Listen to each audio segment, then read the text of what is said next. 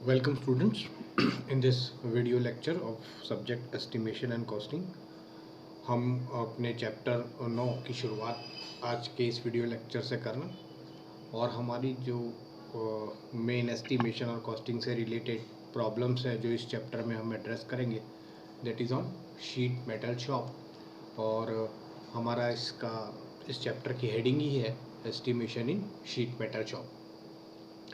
मुख्यतः हमने एक साधारण हमारे घरों में कई शीट मेटल की से बनी हुई प्रोडक्ट या आइटम्स आप अपने घरों में पाएंगे, जिसमें मुख्यतः अलमारी, हमारी लोहे की अलमारी जिसे हम कहते हैं, कूलर, हमारी पुरानी पेटियां जिसमें हम अपने कपड़े रखते हैं, और बड़ी पेटियां, छोटी पेटियां, इस तरीके से अलग अलग साइज़ है। मुख्यतः यह 3 आइटम्स या प्रोडक्ट्स हम अपने घरों में बहुतायत में शीट मेटल में हम देखते हैं। तो इस वीडियो लेक्चर में हम मुख्यतः operations in sheet metal shop इसे देखेंगे और different types of joints of sheet metal इसको देखेंगे। तो हम इन दो मुख्य चीज़ों को, दो मुख्य टॉपिक्स को इस वीडियो लेक्चर के दौरान कवर करने का प्रयास करेंगे। Meanwhile I will stop here and open the question bank first. तो हम देख सकते हैं कि किस तरीके से क्वेश्चंस पूछे गए हैं परीक्षा में इस चैप्टर से। Just for a few seconds. तो इस तरीके से ये क्वेश्चन बैंक खुल रही है। हम देखते हैं कि let me open chapter 9।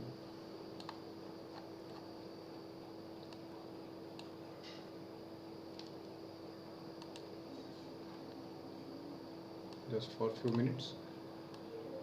Mostly इस चैप्टर 9 से कई बार इसके कुछ ही फ्यू क्वेश्चंस हैं जो फिक्स होते हैं, और उसके अलावा थ्योरेटिकल इसमें भी ये काफ़ी बार पूछा जाता है। ये देखिए चैप्टर 9 जैसे explain that with the needs के the various types of sheet metal joints, ये आपको समझाने रहते हैं।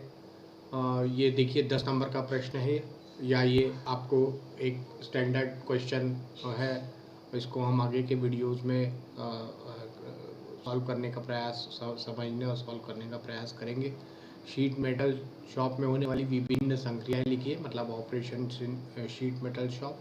इसे भी हम थ्योरेटिकल में देखिए, ये 10 नंबर का पूछा गया है। So this theory is very important in sheet metal and specifically 3 प्रश्न बनते हैं। एक मिनट और, let us see from last to first है ना। तो ये न्यूमेरिकल है, ये न्यूमेरिकल है। देन ये देखिए यहाँ से चालू करते हैं 5वें से। क्वेश्चन बैंक आपके पास है, आप रिकन्फर्म कर सकते हैं what we are discussing here. So explain the with sketch the various types of sheet metal joint. ये पहला क्वेश्चन है शीट मेटल जॉइंट का। दूसरा क्वेश्चन है वेरियस ऑपरेशंस, और ये एक और है blank layout. Let that we will see कि व्हाट इज ब्लैंक लेआउट। तो अभी तक हमको ये 3 मुख्य टॉपिक्स मिले हैं इस क्वेश्चन बैंक में। आगे देखेंगे तो आपको यही टॉपिक कंटिन्यूसली रिपीट होंगे। जैसे कि देखिए operations in sheet metal shop, ये रिपीट हुआ है, और विभिन्न जोड़ शीट मेटल जॉइंट्स। तो कुल मिलाकर इसमें सिर्फ 3 ही प्रश्न हैं जो रिपीट होते हैं, और यदि ये 10 मार्क्स का आ गया तो आपको ये बहुत अच्छे से समझ कर लिखना है। बिकॉज चांसेस ऐसे रहते हैं कि in 3 hours question as we have discuss earlier also, कि कई यूनिट्स में हर बार प्रश्न पूछने के बजाय उसमें 10 मार्क्स का थ्योरेटिकल क्वेश्चन देते हैं, जिससे कि उसके आंसर्स लिखने में काफ़ी आसानी हो और सही तरीके से हम इसे सॉल्व करके इसको लिख सकें। तो हर बार 9वीं और 7वीं और इस तरीके से जिस यूनिट में थ्योरेटिकल क्वेश्चंस पार्ट है, तो उसको भी कई बार रिपीट किया जाता है instead of question. So now see we will go through the text in through our notes. और सबसे पहले हम डिफाइन करते हैं कि what is sheet metal process. तो the sheet metal process is generally use to for preparing bodies of, देखिए कौन कौन सी चीज़ों के शीट मेटल में काम होते हैं। That is buses, cars. आप जानते ही हैं बसों की पूरी बॉडी एक फ्रेम के ऊपर रहती है, बाकी इंजन और चेसी अलग रहता है। ऑटोमोबाइल इंजीनियरिंग में आपने काफ़ी डिटेल में कार और बस की बॉडीज़ को देखा है और इसे आप अच्छे तरीके से इसका स्ट्रक्चर आपने अभी पढ़ रखा है। सो एरोप्लेन सेम बस और कार के तरह एरोप्लेन का भी बॉडी ट्यूबुलर रहती है, अंदर से खोखली रहती है और इसमें जो इसको लाइटर वेट बनाने के लिए ऊपर से शीट मेटल से इसकी वेल्डिंग होती है। Now this sheet metal is not made of mild steel particularly, बहुत से दूसरे कार्बन स्टील और दूसरे मजबूत मेटल्स एल्यूमिनियम बॉडी से भी कई बार बनती है। लेकिन किसी भी इक्विपमेंट को बनाने के लिए शीट मेटल के द्वारा हम उस इक्विपमेंट को कितने temperature, what are the parameters कि जिस पर उस इक्विपमेंट को काम करना है उस हिसाब से फिर हम उसकी बॉडी को डिज़ाइन करते हैं। बॉयलर शेल बोलते ही हम देखिए हायर टेम्परेचर और हायर प्रेशर की बात कर रहे हैं। हायर प्रेशर मतलब हम 100 kgf पर सेंटीमीटर के ऊपर की हम बात कर रहे हैं और टेम्परेचर 625 डिग्री सेंटीग्रेड के ऊपर की हम बात कर रहे हैं। When we are talking of boiler shell, वो भी इसी शीट मेटल से बनता है। चिमनी, जिससे कि इलेक्ट्रोस्टैटिक प्रेसिपिटेटर जो आप फर्स्ट ईयर में केमिस्ट्री में पढ़े थे, उसकी सहायता से जब हम इसमें एटमॉस्फेयर में जब हम फ्लाई गैसेस को छोड़ते हैं, जो पावर प्लांट से निकले हुए धुएं को, स्मोक को, तो हम वहाँ पर उस चिमनी के थ्रू भेजते हैं। वो भी शीट मेटल की बनी होती है। पाइप्स, बॉक्सेस यानी कि अभी हमने जैसे डिस्कस किया, हमारे घर की पेटियाँ, टॉय यानी कि खिलौने, फर्नीचर, कई फर्नीचर शीट मेटल से बनते हैं। और रेफ्रिजरेटर में यदि आप देखेंगे ध्यान से तो रेफ्रिजरेटर के बाहर और अंदर एक बारीक पतली गेज की शीट मेटल बनी होती है। बॉयलर और एयर कंडीशनिंग बॉडी एट्सेट्रा। तो इन सब से आपको ये काफ़ी सारी जितने भी इसके पार्ट्स हैं, एयर कंडीशन के बाहर का बॉक्स भी यदि आप देखें, अंदर और बाहर दोनों जगह शीट मेटल का बहुतायत में प्रयोग होता है। इसके अलावा जैसे कि हमने तीन प्रोडक्ट डिस्कस किए, आइटम डिस्कस किए, एयर कूलर, हमारी घर में लोहे की अलमारी और हमारी लोहे की पेटियाँ, ये हमारे घरों में बहुतायत में पाई जाती हैं। और ये सारे ऑपरेशंस और जॉइंट्स आप उसमें बहुत आसानी से देख सकते हैं, चिन्हित कर सकते हैं। लेकिन इस शीट मेटल में जाने के पहले let's see what is sheet. और मैंने जैसे अभी एक वर्ड प्रयोग किया, दैट इज़ गेज।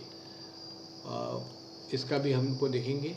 ये जो मैं रेफरेंस ले रहा हूँ, ये शीट मेटल वर्कर है, फर्स्ट सेमेस्टर ट्रेड थ्योरी, और ये मेड है directorate of general of training, ministry of skill development, entrepreneurship, government of India, Chennai से निम्मी जिसको हम कहते हैं। ये उनके नोट्स हैं फर्स्ट ईयर के, ये मैं आपके साथ शेयर कर रहा हूँ और इसी के रेफरेंस से मैं आपको पढ़ा भी रहा हूँ। तो जब हम इसको देखते हैं कि इसमें व्हाट इज़ गेजेस, तो लेट्स सी, मैं थोड़ा जल्दी से इसको नीचे ले आता हूँ। ये देखिए, अब हम गेज को जब बोलते हैं गेज, तो गेज पहले तो कई डिफरेंट टाइप्स के मटेरियल के बने होते हैं। कई शीट्स में ऊपर एक गैल्वेनाइज्ड आयरन की परत भी चढ़ी होती है, गैल्वेनाइज्ड आयरन या किसी और की, जिससे कि उसका कोरोसिवनेस ना हो उस शीट में और वो लंबे समय तक चलती रहे। तो हमको बहुत सावधानी रखनी पड़ती है उसमें काम करते समय कि उसके ऊपर की जो कोटिंग है वो कभी भी डिस्टर्ब ना हो और हम जितने सारे ऑपरेशन हैं उस जो शीट है उसको ख़राब ना करते हुए हम सारे ऑपरेशन परफॉर्म करें। सो जो ये शीट्स होती है, ये इनका जो नॉमिनल थिकनेस होता है ये देखिए, पहले तो शीट की साइज़ देखिए, standard nominal diameter of mass of sheet, ये टेबल नंबर 2 है। Let's see table number 1 first. हमको पता है कि ये जो चौड़ाई होती है ये देखिए 10 mm से लेकर, ये हॉट रोल्ड स्टील फ्लैट्स है, इसका हमारा कंसर्न नहीं है। हमारा जो कंसर्न है वो शीट से है, यहाँ पर देखते हैं। और तो कैलकुलेट जब हम इसको, ये स्टैंडर्ड जो है इसका IS 1730 1989 से है। और इसको जब हम एग्जांपल के तौर पर देते हैं, यदि हम मार्केट में ख़रीदने जाएं तो इसके रूल्स आते हैं 3200 mm यानी 3 मीटर 200 mm की लेंथ की शीट होती है, और 600 यानी कि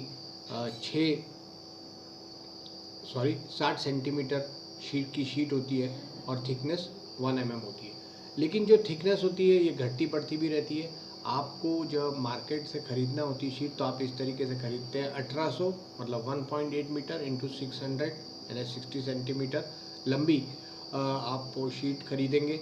और इसकी जो नॉमिनल एरिया यहाँ पर दिया हुआ है, साथ ही साथ इसका थिकनेस भी दिया रहता है। आपको जिस हिसाब से थिकनेस चाहिए उस शीट की, तो आप सिलेक्ट कर सकते हैं। तो मार्केट में आपको शीट का टुकड़ा नहीं मिलता है, मार्केट में आपको ये साइज़ मिलता है 1.80, 1 मीटर, 1.5 मीटर, 2 मीटर, 3 मीटर, इस तरीके से आपको डिफरेंट टाइप्स की शीट मिलती है।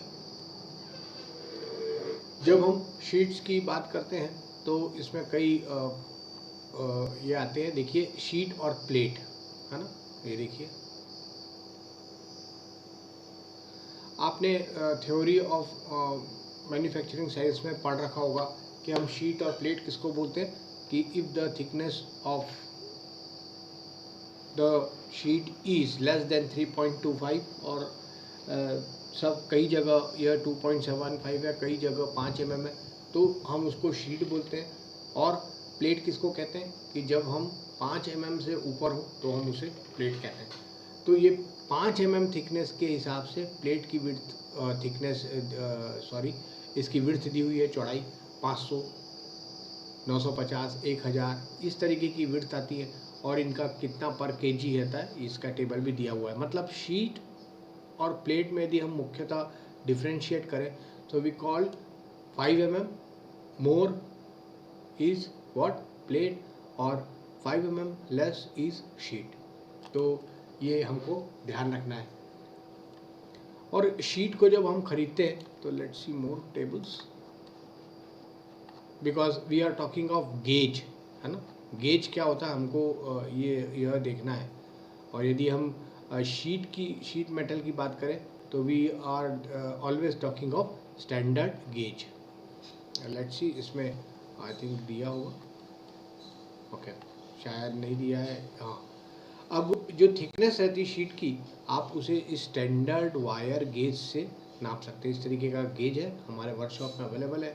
आप इसके स्लॉट, एक गोल चक्री रहती है बहुत पतली, से 2 से 3 mm मोटाई थिकनेस की ये रहती है, और उसमें कई स्लॉट्स बने होते हैं। आपको उस कि जो भी आपको गेज नापना है किसी का, तो स्टैंडर्ड वायर गेज है, आप इसमें से डालकर सीधे नाप सकते हैं कि ये शीट की मोटाई कितनी है। जैसे फॉर एग्जांपल ये स्लॉट है, और इसमें कई तरीके के स्लॉट है, देख सकते हैं आप 10, 12, 7, 8, 5, 4, 3, 2, 1।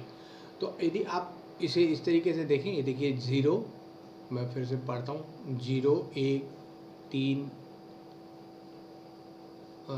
2, 3, 4, 5, 6, 7, 8, 9, 10, और उसके बाद 11, 12, 13, 14, 15, 16, 17, 18, 19, 20 इस तरीके से छोटे आपको भी दिखेंगे। यानी कि गेज में क्या रहता है, जब हम छोटे से बड़े की ओर जाते हैं तो उसकी जो थिकनेस है वो कम होती जाती है, और जो गेज जैसे जैसे बढ़ता जाता है तो उसकी थिकनेस कम होती जाती है। ये गेज का नंबर जैसे जैसे कम होता जाता है तो उसकी थिकनेस बढ़ती जाती है। यानी कि 0, 1, 2, 3 गेज देखिए कितने मोटे हैं, उनकी शीट की थिकनेस कितनी मोटी है। और जो हम यदि नंबर्स 30, 28, 27 देखें तो उन गेज की थिकनेस कम रहती है। तो अब आप गेज का डिफरेंस आराम से समझ चुके होंगे। साथ ही साथ मैं यह भी क्लियर करना चाहूँगा कि जब हम गेज की थिकनेस को मेजर करते हैं तो ये ज़रूरी नहीं है कि गैल्वेनाइज्ड आयरन शीट का गेज साइज और माइल्ड स्टील का गेज साइज सेम हो, दोनों का डिफरेंट भी हो सकता है, दोनों का अलग अलग भी हो सकता है। ये भी इसमें एक थ्योरी रहती है कि चूँकि मटेरियल की डेंसिटी अलग है, मटेरियल की थिकनेस अलग है, मटेरियल का कैरेक्टरिस्टिक्स अलग है, तो उसकी थिकनेस भी अलग अलग होगी, यानी कि एक ही स्टैंडर्ड गेज से हम सभी को नहीं देख सकते। तो ये देखिए, ये स्टैंडर्ड वायर गेज है, लेकिन इससे आपको एक बहुत ज़्यादा सही तरीके से आप इसको जज कर सकते हैं। नियर अबाउट आपको जब मेजरमेंट करना होगा तब आप इसे बहुत आसानी से कर सकते हैं। That is the main sole purpose. आइए अब हम देखते हैं what are the different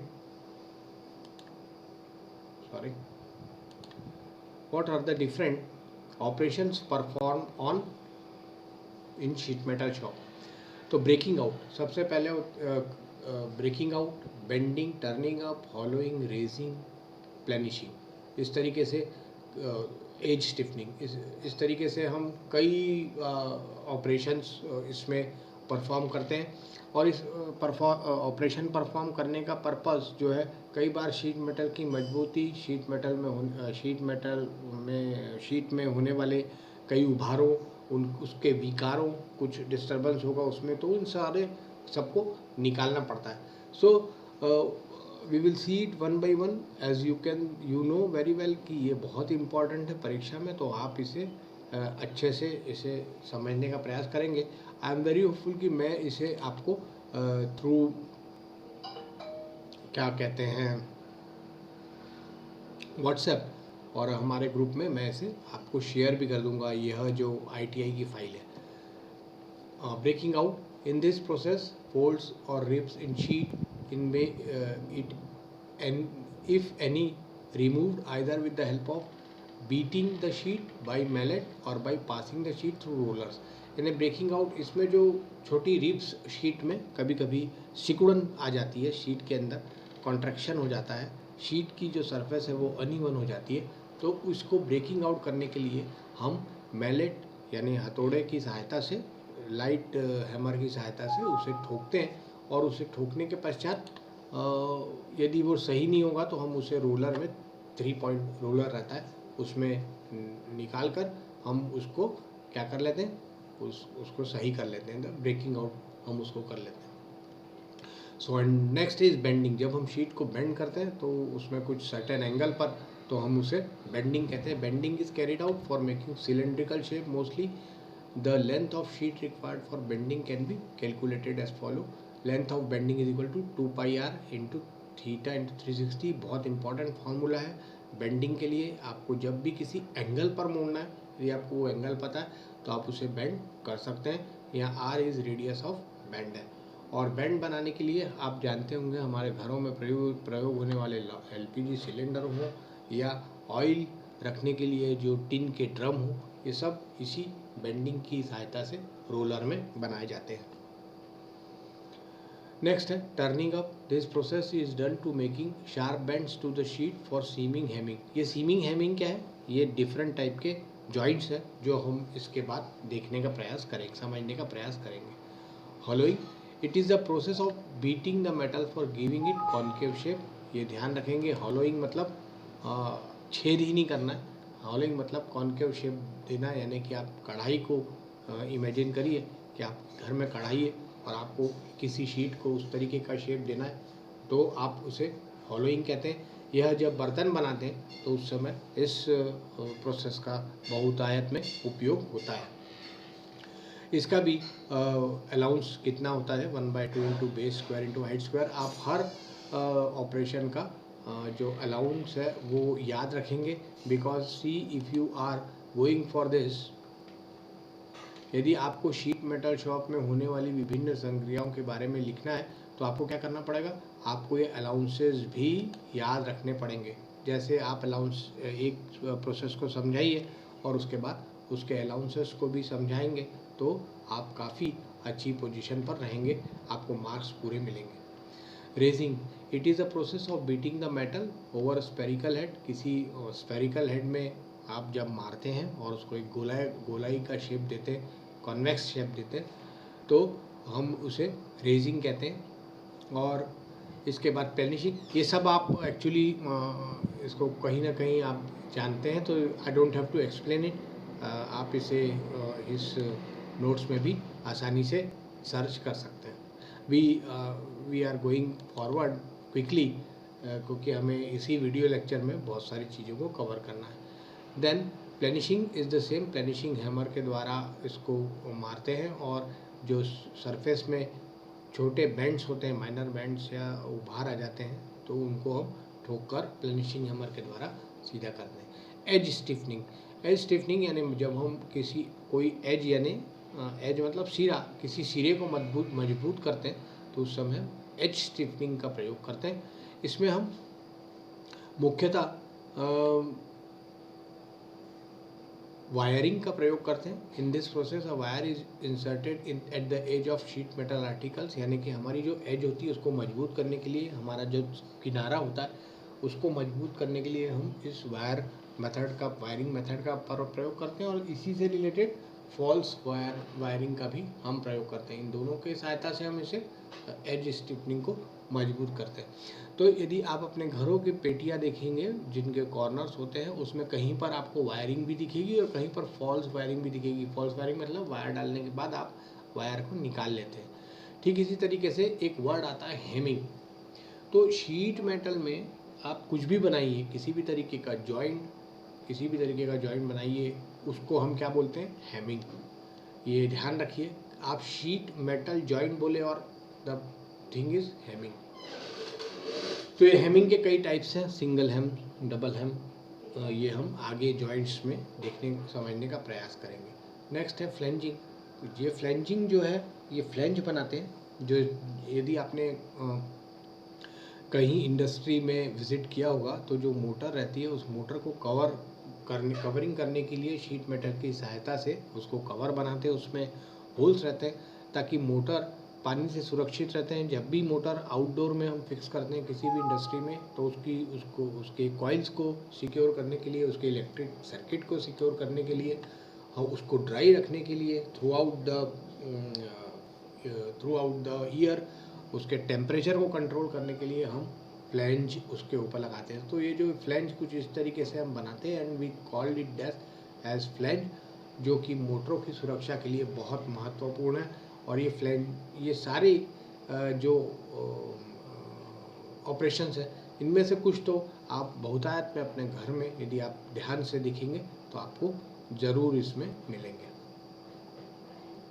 now we come to sheet metal joints. Sheet metal joints हम कई तरह के होते हैं और ये अक्सर पूछा जाता है, but unfortunately I have not make these diagrams in this notes. तो हो सकता है आपको थोड़ी because this when I have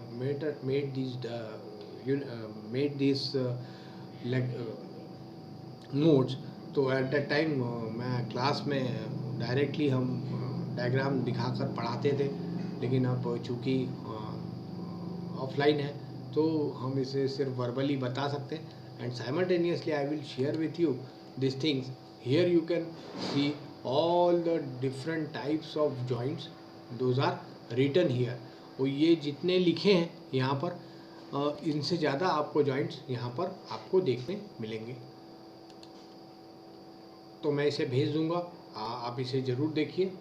आपको सारे जो जॉइंट्स हैं वो यहाँ पर दिखेंगे और आप इजीली रिकॉग्नाइज कर सकते हैं। जैसे फॉर एग्जांपल डोविटेल, फ्लैंज, ये देखिए यहाँ पर ग्रूव सीम, सिंगल सीम, डबल सीम, ये सारे यहाँ पर दिए हुए हैं। इसके ऊपर भी आपको कई डायमेंशन से आपको मिलेंगे। देखिए lap seam, lap joint, plain lap, sunk lap, inside lap, outside lap, ये सारे आपको जॉइंट्स यहाँ पर देखने मिलेंगे, क्योंकि ये शीट मेटल से रिलेटेड है। So I don't have to explain this in detail. आप इस जो साथ में मैंने आपको दिया हुआ है, आप इसे पढ़कर बहुत आसानी से इसको समझ सकते हैं। Now what we are concentrating we are concentrating, we want to concentrate on blank layout. What is blank layout? ये हमारे लिए बहुत महत्वपूर्ण हो जाता है. So what is blank layout? Sheets are cut in accordance with layout and then different of the operation like forming, assembling, etc. perform on it to give the required shape of the article. Suppose हमको machine में एक particular item काटना है. Suppose machine में हमको air वेंटिंग के लिए holes देने, और वो मशीन को जब हम लेके जाते हैं तो मशीन उसमें होल बना देती है. तो जब यह होल बनाती है तो हमको यह ध्यान रखना है कि जब हम इस तरीके का होल बनाएं तो जब हम होल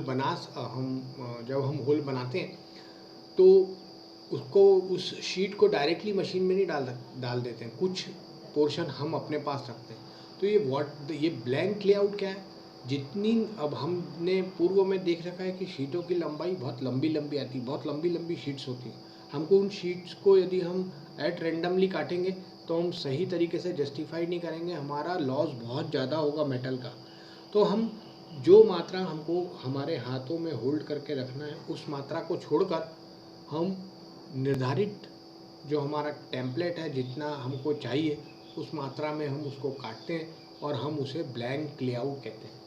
तो इस ब्लैंक लेआउट में आपको सपोज मशीन पर काम करना है उस शीट के द्वारा, तो आप उसको उठाकर शीट पर रख सकते हैं. शीट पर रखने के बाद उसको मशीन की सहायता से काट सकते हैं और आसानी से अपना परफॉर्मेंस आपका जो रिक्वायरमेंट है उसको पूरा कर सकते हैं.